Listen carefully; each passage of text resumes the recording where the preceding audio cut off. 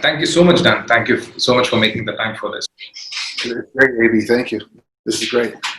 Yeah. So to kick things off, I'm quite interested in understanding how did your childhood look like, and when did this all start? Well, in fact, if you don't mind, I'll even grab the book. I think I'll be able to find it. There's 2 books right up here I keep on my shelves all the time to remind me of my story. We'll just share this one with you.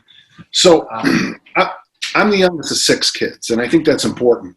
There's been a lot of research in athletes that the youngest child very often is very successful because you're always chasing to keep up. Yeah. And, my family's very military family, and very athletic family. And so when my aunt died in 1965, my brothers went to this place called Sears, and they bought a 50 kilo, your kilos, right? Yeah, kilos, yeah. So they bought a 50 kilo weightlifting set, and this is the booklet that came with it, okay? Oh, and all right. basically all the exercises are basically 2 sets of 5, and it's pick them up off the ground and put them overhead. And it's funny to say that there's my whole career. Add carry them, and that's my whole career in a nutshell, isn't it? 2 sets of 5, pick it up, put overhead. So this is 1965. So I started lifting weights. You know, I just wanted to be able to lift the weight over my head. I like that. And I didn't really get what we would call serious until 69 or 70. Mm-hmm. And that's when I started lifting. I've probably lifted 3 days a week since 1969. Yeah, I mean, miss some, take a week off, a month off here and there. But yeah, I've been, most of the time I've lifted at least 3 days a week since 1969. Mm-hmm. And in 1971, when I first went to what we call high school here in the States, we had a very good weightlifting program. I talk about in my books all the time. It's called Southwood. And the rep scheme was 8-6-4. And you did power clean, military, front squat, and bench press. And I still recommend that to people. In high school, I became a really good bench presser, and I started throwing the discus. I played American football, which I still love. But the discus was what I was very good as a discus thrower. And I wasn't big enough coming out of high school, so I went to a local, I knew I needed to learn the Olympic lifts. So my coach at Skyline College told me there was an Olympic lifting meet. Well, I went there, and I'll keep the story short. And I met Dick Nottmeyer, who became my weightlifting coach. Yeah. And it's going to be hard for your listeners to believe this, but I put on 39 kilos in 4 months working with him. Wow. It was all my thighs, and my traps used to be like this, man. At parties, people would touch them and go, what the hell are those things? And then I was able to go, when I first met him, I weighed, I'm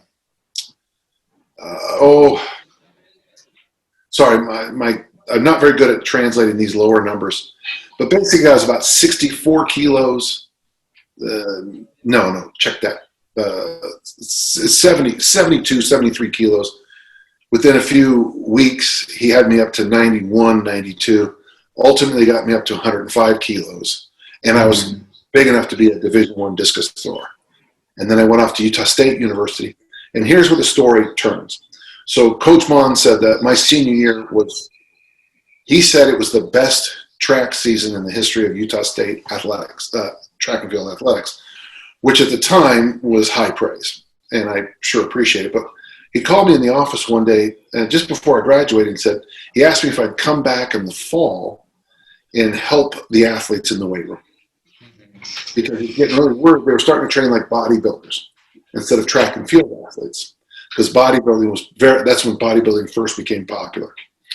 And so my job was to teach the guys how to do snatch, clean, front squat, not curl, skull crusher, lat pull down. Because none of that helps you as a track athlete. So in the fall of 1979, I don't know if what I'm about to say is true or not, but I was probably the first college strength coach for track and field. I might have been one of the first 2, 3, or 4 strength coaches at all in America. So in any sport. Yeah. So that's how I kind of got my start. And then I kept working on my academics. I got a number more degrees, and I became a teacher. But I always volunteered to keep the weight room after school open for about an hour every day. Now, obviously, that gave me a chance to work out and stuff, but also too, it allowed me to, once you work with some of the best athletes in the world, and then you work with a female school teacher and 14-year-old girl and a 16-year-old boy, you can't coach everybody the same. Yeah. Now, it's so obvious to say that, but you have to learn that as a coach. Right. It's one of the hardest lessons a personal trainer and a strength coach can learn is you can't, we say, you can't put a round peg into a square hole. Now, you can if you're strong enough and you have a big enough hammer, but it's not going to work very good. Yeah. So that was one of the first lessons I picked up. And then as the years went on, I began really expanding. I began taking over, I wouldn't say full-time in the summer, but 2 or 3 hours in the summer with the athletes, and then really developing programs, making things work.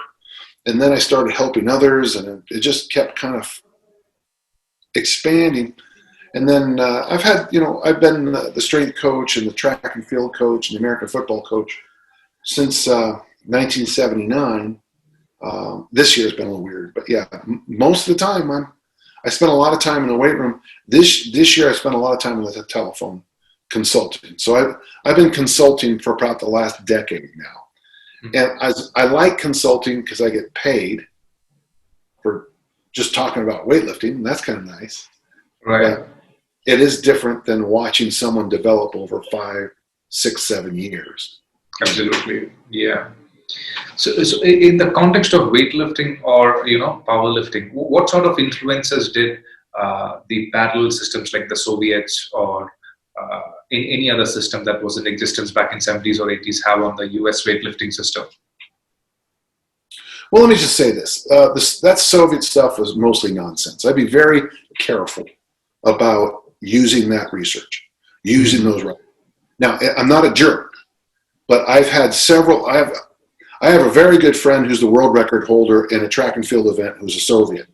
And he basically would do this. Okay, pretend this is a bucky go. My friend Vasily told me something very interesting. He goes, Vasily was a Soviet Olympic lifter. And he says he's got that interesting, Soviets have an interesting English that they speak. It's just a little different, Yeah. He would go, and he would say, Dan. Most of the weightlifters could not read, so these books meant nothing.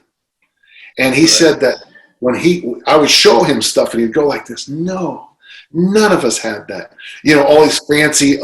If he's ever seen Rocky IV with all the scientific equipment, he goes, no, none of it. We had one bar in my Olympic lifting gym. I go, one. How many lifters do you have? A couple hundred? I'm like, oh, okay. Yeah. What makes great Olympic lifters is 100 lifters using one bar, not one lifter using 100 bars, Yeah, makes sense. So I'm not a huge fan. I still think, I've got nothing against, the way, West Side powerlifting is a big deal. And I've got nothing against Louis Simmons, and I like his work a lot. But when he summarizes the Western system, I don't know where he's finding the Western or the American system. The American system works really well because I should say worked. We don't really use it anymore because it was always focused on getting the numbers up. Right. As a discus thrower, throwing farther. As a shot putter, throwing farther. When we started getting into all this other nonsense, and nonsense is a good word, we lost our, we're just, in the shot put, Americans are still very, very good, and obviously we'll always be great in the sprints. But, when I talk to these young discus throwers now, they do everything except, it seems like they do everything except snatch and clean, which yeah. the lifts that I make the discus go for, especially the snatch. And they're doing mobility, they're doing anti-rotation work, they're doing rotation work, they're doing plyometrics, doing all this stuff, but they can't pull. Like I was talking to one guy, he couldn't snatch 100 kilos. Mm-hmm. Well, you're not, I go, but he was doing, honestly, he was working out, AB, he was working out 20 hours a week, but he couldn't snatch 100 kilos. Well, work out 5 hours a week and get your snatch up to 100, and you'll see that everything else goes up too. Yeah. So 100 kilos is ridiculously light for a discus. Yeah. Mm-hmm. So I don't know how well I'm answering your question, but we did a lot of good things when I was coming up. You know, it was pretty simple. I think in all my books I quote Coach Mon. I said, what's the secret to discus throwing? He said, well, the secret is to lift weights 3 days a week, throw the discus 4 days a week for the next 8 years. And the thing everybody forgets is 8 years. Yeah. You know, you can add, I listened to a guy one time say that if you added more mobility to your shoulder, the discus would go farther. Well, that's just not true, because it's a stretch reflex. And so getting more mobile in the shoulders, it probably is good for you. I mean, let's be honest, you know, AB, one thing I like to do when I talk to people is separate health, fitness, longevity, and performance. So it's probably, well, I gotta be careful about saying health. It's probably healthy long-term to have mobile shoulders. But if you want to throw the discus far, you need what you need, and any more is probably bad for you. Mm-hmm. So the mistake people make sometimes is they throw in health is your organs and your general health. Fitness is doing a task. Longevity is living long, you know, and that's a quality and quantity issue. Performance is when they call your name and you step in. You step up. And so performance, I don't want to hear, I mean, sometimes things I've had to do for my performance may have hurt my health. One time, let's see, I was 123 kilos and I had to get down to 110 kilos for a weightlifting meet. Well, I read a thing about it and I tried to do it and I did it in 3 days. That's not healthy. Mm. And I tell you one thing, the joke is I started drinking water and I went, I just put it all back on. I wouldn't be surprised if I was 115 kilos within an hour or so. Because I was so dehydrated. Yeah, so it's interesting that you say that. So in the context of performance, like since you've competed, so how do you think performance could hamper the health in long term? Well, I mean, I always joke to people, well, okay, that's my pinky finger. You notice how it's not straight? Okay, okay. It's been broken. It's been, surgeries, elbow surgery, knee surgery, 2 hip surgeries, umbilical hernia surgery, shoulder issues. My ankles are fine, AB. So if I die, you can get my ankles. They're in great shape. Yeah. So every time I go to get a surgery, that impacts my health. Mm-hmm. You know, the antibiotics destroy my gut microbes. The drugs are not good for you. So yeah, performance can have big time bearings on your health. Having said that, one of the things I emphasize as a coach is I talk to my athletes about the long term. When you retire, I want you to start going, instead of hitting the weight room 6 hours a day, I want you to go for a walk. We have to start talking about nutrition later in their career. I would come in strongly and intervene with an athlete who retired. Like some of our sports demand a lot of size. One of the things I would do first off is say, you've got to quit being the biggest person in the room. You got to lean out. Not just lean out, AB, but get lighter. Well, someone's going to say, well, that's losing muscle mass. Yeah, okay, that's great. But do you really need to walk around at 140 kilos? I mean, that's not good for you, you know? So you weighed 140 kilos when you performed. Let's get down the first year to 120. Let's think about 110. Let's look at somewhere between 95 and 105 for the rest of your life. But Right. let's give them 4 or 5 years to do that. Mm. Oddly, some guys will do that in 1 year. And some guys will go from 140 to 165. Mm. So ideally, you would kind of step it down. So yeah, performance as an American football player, the research has been around a long time. American football players die young, like in their early 50s. I don't know about rugby players, but yeah, collision sports tend to impact longevity. Mm. And so my job as a strength coach is to get you, AB, as strong as I can possibly make you. My job as a throws coach is to make you throw as far as you can. Stop. My job as a decent human being is to talk to you about longevity and health and running with your kids and chasing your grandkids around and read good books and be nice. Right. So yeah, makes sense. I feel both. I need to do both sides. Hmm. So within the performance domain, I very well appreciate something that you always say, like embrace the obvious. Your famous quote: "Sprinters sprint, runners boxers box, jumpers jump." Now that's specificity of the task. Now, was it always the case even when you started off? Because some people tend to think that you get your numbers up in the gym, it's going to directly correlate to your performance in the ring or mat. Was it the case with you? AB, let's do this right now. First off, let me go through all 3 major points, and then let's step back and come back to this question, because this is 63-year-old Dan John, who's been coaching 42, 43 years. All right. But okay, so let's make sure, because I've done a lot of stupid things. Okay, lots. So my 3 rules, listeners, is basically invest wisely in asymmetrical risks, which basically is you always sit back and you say, what's the worst that can happen? So if you add a new exercise, like there's an exercise, it's something simple. I did this today in the weight room. You grab, I think I had 10 kilos, and you lean to the sides like this. The exercise is an old one. It's called Saxon side bends, okay? Mm. Okay.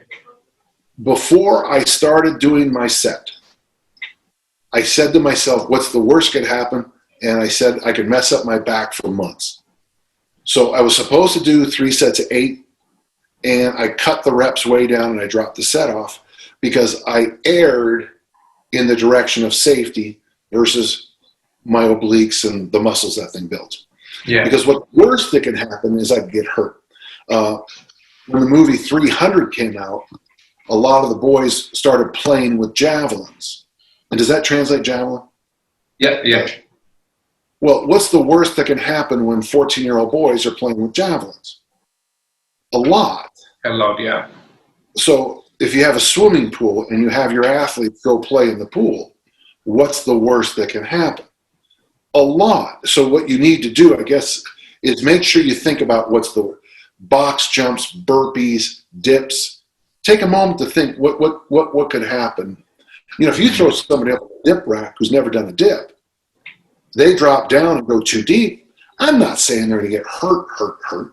Yeah. But they really get themselves in an ouch. So maybe we need to practice or show them, or Number 2 is embrace the obvious, and AB, you nailed it. Throwers throw, jumpers jump. And if you fall away from that, if you find yourself getting away from that, you're really messing up with your athletes and your clients. And the third is really simply, you have to respect the process and let the results take care of themselves. Mm-hmm. AB, you and I decided we're both 19 to be great discus throwers. I live in California where the best discus throwers of all time live. I compete against these guys every weekend. And you compete against your buddy Bob, who's not very good. You just got to do what you can do. I've got advantages you don't have. If you're this much taller than me, you've got advantages. All we can do is respect the process. The results, You know, if you tell me you want to be on the cover of a muscle magazine winning Mr. Olympia, I'll work with you, but you still might not win Mr. Olympia because genetics or whatever, okay? Yeah. So that's the three parts, folks. As simple as I just made it sound, those are also the three things that kill you as a coach. Yeah. And number two, the big one, embracing the obvious. Yeah, many times, not so much with my athletes, AB, but with my own athletic career, I would always try to push the standard too much. To be an elite discus thrower, you probably need to snatch 115, which isn't very heavy. Well, I got mine up to 142.5, no carryover. About 120 was about all I ever needed to snatch. In the clean, you need to clean about 140. I got mine up to 182.5. Didn't help at all after that. Enough is enough, okay? And one of the mistakes we make in personal training too is if we're making progress, I've got someone who's actually taking my advice, and I think it's wonderful. They're doing 3 sets of 8 in a push, 3 sets of 8 in a pull, 3 sets of 8 in a squat variation, 3 sets of 8 in a deadlift variation, and then doing some kind of either loaded carry like farmer walk or just simply going for a walk.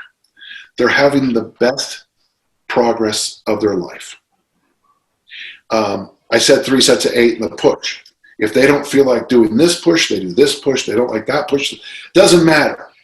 The only thing I do ask is do 3 sets of 8 with the same exercise, a couple of workouts in a row, just so you get the load in the right place. Okay? Yeah, makes sense. How simple is that, AB?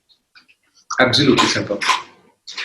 So I'm going to take you in the gym. We're going to have you do 3 sets of 8 in the military press, 3 sets of 8 in the pull-up, 3 sets of 8 in the Romanian deadlift, and then 3 sets of 8 in the front squat. And the moment you finish that front squat, you're going to go for a walk for 45 minutes.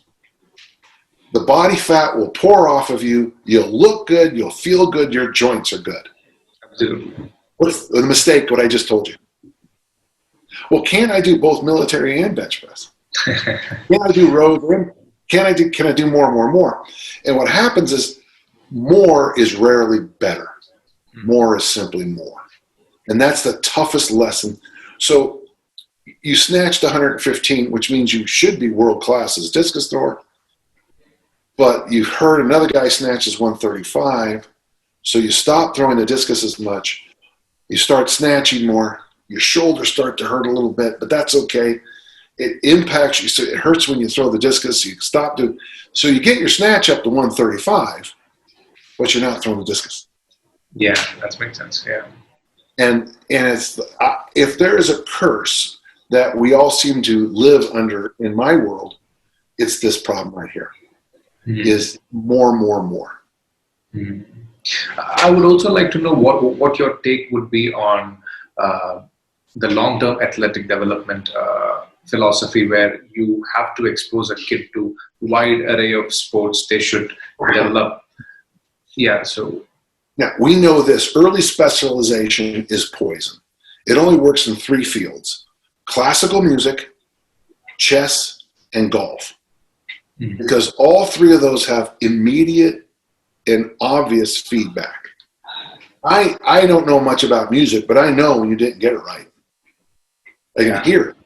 Right. And in chess, when you make a mistake, bad things happen instantly. And in golf, there's always instant feedback. For the rest of us, we need to be exposed to as many sports as we possibly can, as many games, because if you play, we call it soccer, but if you play football as a child, the lessons you learn about triangles in soccer carry over into basketball exactly. True. And if you watch the Golden State Warriors play, when they were really playing well, their game was all triangles. And they would space out very much like a soccer football team would. Yeah. It was just fascinating to watch because they were trying to hit 3-pointers, not layups and stuff. Yeah. So, and then if you play a sport like American football, it really helps to have wrestled to play that sport because it teaches that wrestling. There's things in wrestling that carry right over, And True. it's much easier for me to teach it to you if you already know how to do it. Mm-hmm. And once you've wrestled, nothing is ever tough ever again. Wrestling is a tough sport. So ideally what you want is your child to be exposed in a general sense to as many sports as they can find, learn as many, like gymnastics, play, sports, obviously, swimming. The best time to learn to swim is when you're young, riding a bicycle, all those kinds of things, so you can build on those skills later on. I've often joked that if I'd have been born and raised in East Germany, I'd probably be more like, I don't know, maybe the best kayaker in the world or best canoeist or something, because I'd have been exposed to that. No one I know ever fenced, ever. Fencing was not a thing when I grew up. Yeah. But we might have had the multi-world champion fencer in the neighborhood and never got exposed. So I'm a big believer in exposure, yeah. Yeah, absolutely. So to shift gears a little bit from here, at which point in your career did you decide to create educational content, write books, write articles, provide seminars? What was that point for you? Well, I'm not sure there was ever. What happened was, my wife, when she says what happened, she goes, what happened was in 1998, I went online and I started going to weightlifting forums. And back then, man, it was great. It was before everyone was such a jerk. And people would write really intelligent responses, chapters. And what I started noticing is I kept answering the same basic questions. And so what I did was I cut and pasted my forum answer, put it on a piece of paper, and then got this. I had to learn HTML code. And then I put it up on my website, 1998, and it was like common questions at first, and then as I got a little bit better at it, I started adding like little articles, like about the overhead squat or just silly stuff, and then. Guy named Tamir Katz said I needed to really expand on this, and I did. I just took it more seriously. So when the internet first kind of showed up, for most people, I had already had a website for 2 or 3 years, and I just gave it away for free. I put together a little booklet one time, but the turning point was this, AB. I was up here working, and there was a guy down in Las Vegas at the time named Charles Staley, and he had this boot camp where he had 6 or 7 speakers come and speak every year. And there's famous people back then, yeah. And one of the people canceled, and one of my athletes was working with Charles. And Mike said, well, Dan John could speak for an hour. And Charles said, who's Dan John? Well, I went down and I spoke, and Testosterone Nation, T-Nation, reviewed the workshop. And Chris Schugert said, anywhere Dan John speaks, you must go. Mm-hmm. Well, that wasn't bad. So at my first workshop in this field, in weightlifting, I had 20 people. 6 weeks later, I was the keynote speaker at this big event in LA with probably 1,600 people. And so it's hard to repeat my career. But basically the lessons you could learn is I put out a lot of content before I started doing the workshops. My friend Tom Plummer always makes the joke about me. He said, Dan John is an overnight success. It just took 40 years. So, and then after that, I started writing for T-Nation. They asked me to write for T-Nation. And then one day, Larry Draper of On Target said, do you want to compile these and just have a book that you can give your athletes? And I said, well, that's a good idea.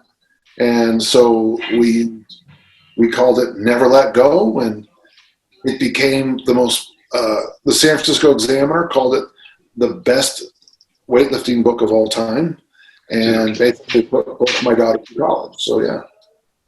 So I went here's the thing. I actually think my path is repeatable. But the thing is, you got to put the work in for a long time and keep helping people. And I think the other thing, AB, is keep expanding who you're trying to help. If I'd have focused just on discus throwers, I don't think I'd be that good. I think I'm a much better strength coach for discus throwers now than I was when I only had discus throwers. Because now that I have so many more tools, like I invented the goblet squat because I was used to working with 2 and 3 athletes at a time, and suddenly I had 65 to 100 at a time. So there's no way I could teach it my old way, so I had to teach it a better way, a more efficient way, which was the goblet squat. The suitcase carry I invented because I wanted a way for my athletes to get the weights that are over there in the corner and bring them over here into a big circle so we could do a warm-up. And it turned out that was one of the best exercises I've ever done. So because I've been thrown a lot of different experiences, and I'm always willing to learn more, it's helped me prepare myself for this career that I do now, writing books and doing workshops and stuff. Yeah. Great. So throughout your career, right from the moment you started until this point now we are speaking, you must have seen a lot of trends come and go. Like I've read in your book, the Nautilus, the CrossFit, a lot of trend-based fitness business models. So to an upcoming young strength and conditioning coach, my question would be, how do you stay immune to the pull of such trend-based fitness business models? AB, that's the problem. Like CrossFit and Nautilus sold me on, Greg Glassman's original point was, if you do CrossFit within a 2-year period, you'll be able to pull, I don't know, what did he say? It's in pounds, but 750? 325 kilos. Well, 325 kilos is a pretty good deadlift, right? Yeah, that's not going to happen. Yeah, and by just doing that, I thought doing burpees and push-ups and sit-ups, hell's up, man. Because if the deadlift goes up, whatever you're doing works. Because the deadlift is blind. If it gets heavier, whatever you're doing is right. It's simple. With Nautilus, I kind of fell in love with this idea that I could train for a short amount of time and improve, because that's what they said. Well, in neither case did it work. How do you stay immune? Well, that's the importance of having a good mentor. I have Dick Nottmeyer in weightlifting, Coach Mon in throwing. That would be first. The second is you got to get away from people who sell things. And that's impossible in the internet age. One of the things I've picked up in the last few years, months even, is I've noticed a lot of people who have a lot of interesting, unique ideas tend to give away the bulk of it for free. All of it. There's a guy named Rusty Moore. He's famous for a thing called the yacht bod. You know what a yacht is? No. A yacht is those big ships. Oh, right. Yeah. Really rich people have. Well, he has so much. Every time he comes up with a new idea, he writes 50 articles on it. There's a number of people like him that really put out a lot of information. And I've noticed that those are some, and he also does the same thing I do, which I want to be too proud about, but he talks about his failures a lot too. So I think somewhere there is the answer. You need a good mentor too, if you can find one. And that's tough. The second thing is, you got to listen to people who have made mistakes, who have stumbled a little bit, who have fallen on their face. They tend to be people I trust more. And then the third is the sniff test. Sniff test. If someone puts a string and puts a jade ball at the end and puts it on your belly and says, oh, you need more upper body work, walk away, you got a charlatan. And what you'll notice is, and if you don't mind, you're from India. Once people start talking about chakras in weightlifting, that's when I start to go, oh, here we go again. Meridian lines. Here's the other thing that drives me crazy. Maybe it's just me, but when someone combines yoga with yin and yang. Yeah. And why is that funny? I mean, it's just a pure business model. I mean, people don't understand what it is all about. They just make it a selling commodity completely. Yeah. Yoga comes from India. Yin yang is a Chinese concept. Chinese, yeah.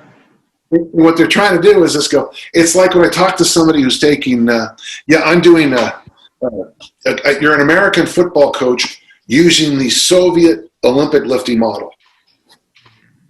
You can't, you got to quit putting these things together, you know. It just doesn't work. There's better models. So I guess the sniff test for me is when something, it's like the nitrous, is it nitric or nitrous? No, nitric acid. Nitric acid, yeah. Where you take a pill, yeah, nitrous is when you get stoned. Yeah, man, how you doing? And you take a pill and it's supposed to increase it. Now, there is a pill that does that. I think that's what Viagra does. So, but, I mean, I think there's better things to do with Viagra than go weightlift. I'm just saying, throw that out. Yeah. So it's the sniff test. You see, nitric, when people start using turbocharge your fat process, you know, they throw all that stuff out and you have to, there's supplements, there's this, there's that, you know, all these extra things. You just got to smell it and go, that doesn't sound right to me. When someone said if you put lemon juice on your salads, it will make you lose weight faster. I mean, I certainly think there's value to lemon juice. Yeah. But and I like, for example, I'm a big believer in fermented food. And I'm a big believer in eating vegetables and drinking water. But I'm not going to sell you any of this stuff, okay? I'm not going to. You know, it's common knowledge people have known for a long time. Mm-hmm. Interesting. So you've been lecturing in St. Mary's as well, right? If I'm not wrong? Yeah. Yes. Yeah. So in your opinion, what would be the value of formal education? Because there's a lot of undergrad, postgrad programs going on right now. And we as Indians, like a lot of SNCs are enrolling for such programs because in India, it was never a common thing for people to get formally educated in the field of strength and conditioning. So how much value do you put in your own experience, observation to formal education versus the practical hands-on ability? Like mine, yeah. So I have a formal education in certain fields. Unfortunately, I think my fields complement.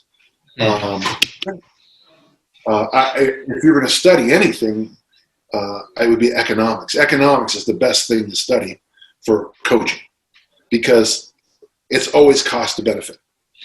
Invest widely in asymmetrical risks, that's cost to benefit. Right.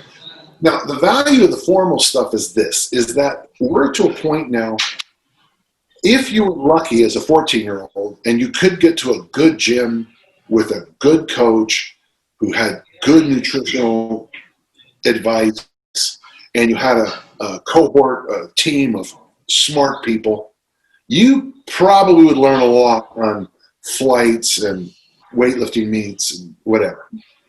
Problem is, it's just not that way now. I mean, especially with personal trainers. I had a female shot putter whose boyfriend was a personal trainer, and he had her do a ton of these things. Well, if you've ever thrown the shot put, the first thing you know is the shot put has nothing to do with the tricep.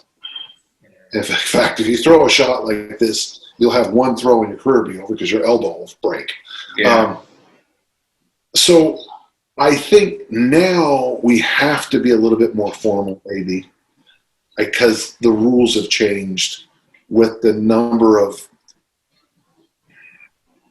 circus hucksters and liars and quick buck artists in fitness and the amount of nonsense that floats out there in strength and conditioning. Mm-hmm. And that's what you got to be careful of, you know.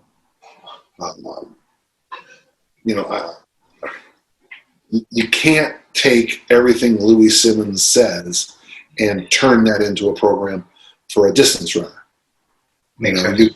You've got to be able to apply the correct tools to the correct sport.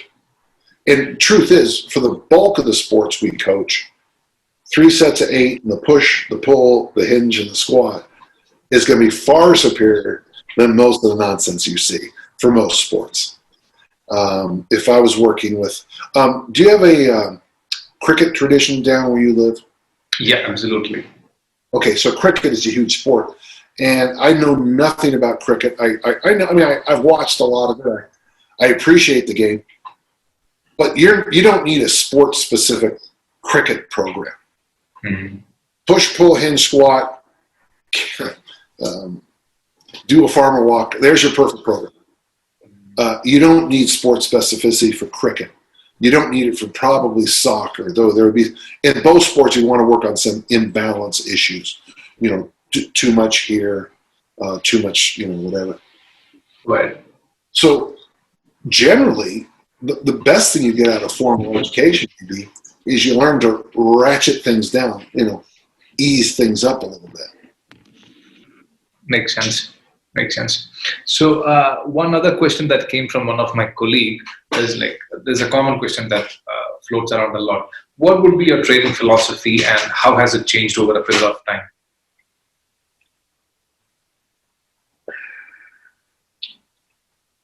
Well, it's just strength training, huh? Yeah. I've been pretty lucky my whole life. I believed that in its principle number one, the body is one piece. So I've never believed in arm day or leg day or bodybuilding splits. I've always believed that a workout is a whole body workout.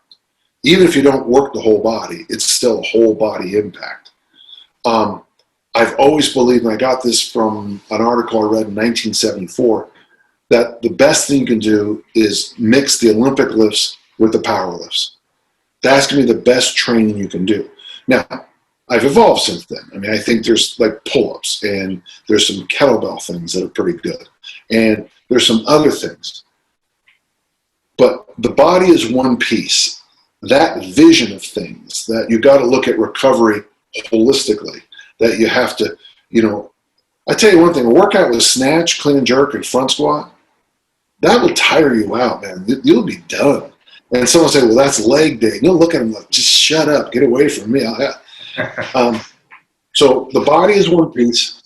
Number two, the Dave Davis article about the Olympic lifts, combining the Olympic lifts and the power lifts. And the third thing, and I'm pretty happy about that, is that I got these two numbers in my head early in my career. For pure strength training, you have about 10 good reps in a lift, in a workout. That's 3 sets of 3, 5 sets of 2, 2 sets of 5. For every other quality, power, hypertrophy, general rehab, what body composition, you get about 15 to 25, maybe 30 total reps. So that's 3 sets of 8, 5 sets of 5, 5 sets of 3, 3 sets of 10, 10, 5, 10. All the classic old school workouts. And I've been lucky because I believe that for long enough that has kept us from overtraining people in too much. So the body's one piece, the big lifts, and then reasonable reps. In fact, I got an article somewhere. Oh, it's realistic reps. I got an article somewhere. Yeah. Just, what can you do day in, day out, not for a month, but for a decade? So those would be my big ones. Great. One other interesting question that came along from one of my colleagues is that knowing what you know about lifting, training, life, what advice would you give to the 20-year-old version of yourself?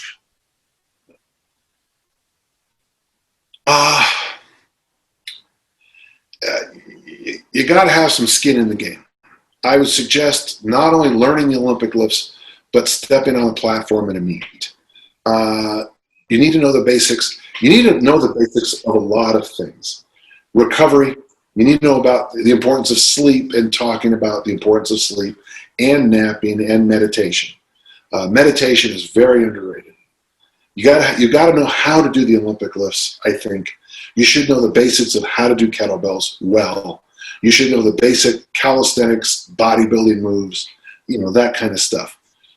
You should know how to climb a fence and do monkey bars, okay? You have to have some ability to talk in the area of nutrition, because that comes up all the time. Now, I'm going to answer you protein, veggies, and water, but there's always going to be more and more layers after that. They're going to go to the supplement store and come home with some magic formula that you have to have some idea about, okay?